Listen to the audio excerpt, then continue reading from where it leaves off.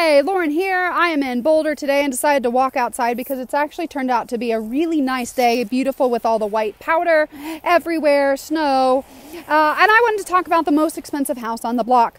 I was reminded of this the other day, and for anyone that knows me, karma tends to smack me right in the face really fast, which, is nice because I tend to immediately know what I've done, or if it's not been ideal, there tends to be a little bit of karma there. And I was watching the Netflix show Good Girls, and I saw that the main character's house, and I was like, oh, what a nice house.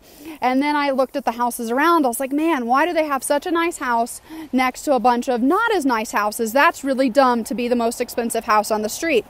And this is the part where the instant karma comes in, because now I take a deeper look at the video and I'm like, oh, son of a... Guess who actually... So that show was shot in Atlanta, and guess who has the most expensive street on Midvale Drive in Atlanta, Georgia? This person. So where the movie was shot, they just didn't happen to show my house, but it was instant karma thinking me being judgmental about the most expensive house on the block. And in fact, that was me. My house, which was not in the video, too bad because I could have gotten some money for that, but my house was the one that is the highest closed price even to date, and I bought it about 6 years ago. It's still to date, and that is a lesson that I learned the hard way. I thought it didn't matter because it was Buckhead, city of Atlanta, and there's a lot of older homes that have been bulldozed and then the newer homes built up. Mine was kind of a mix between the two, and it was a investment mistake that I made, being the most expensive house. And then also city of Atlanta, for whatever reason, my taxes are double what everyone else's is, which I've been fighting for since I have been there.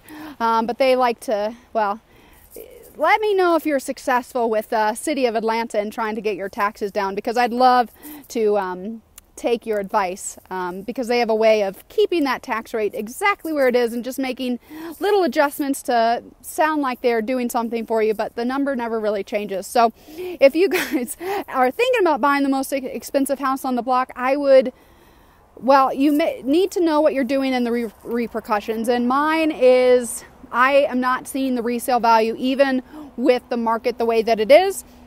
But that, there's a lot of things that go into that house. But I have bought the most expensive house on the block. That's a lesson I've done one time and not going to do it again. Now I go for the cheapest house, and that's what I'm doing. All my subsequent investments, I like to be one of the cheapest houses on the block, which then those more expensive houses get to pull mine up instead of pulling mine down, like I learned on Midvale Drive. So if you guys want to watch Good Girls, check that neighborhood out, because I have a rental there in case you need a luxury rental. And if you guys ever have any questions on anything, my number's right above, and my door is always open. Thanks.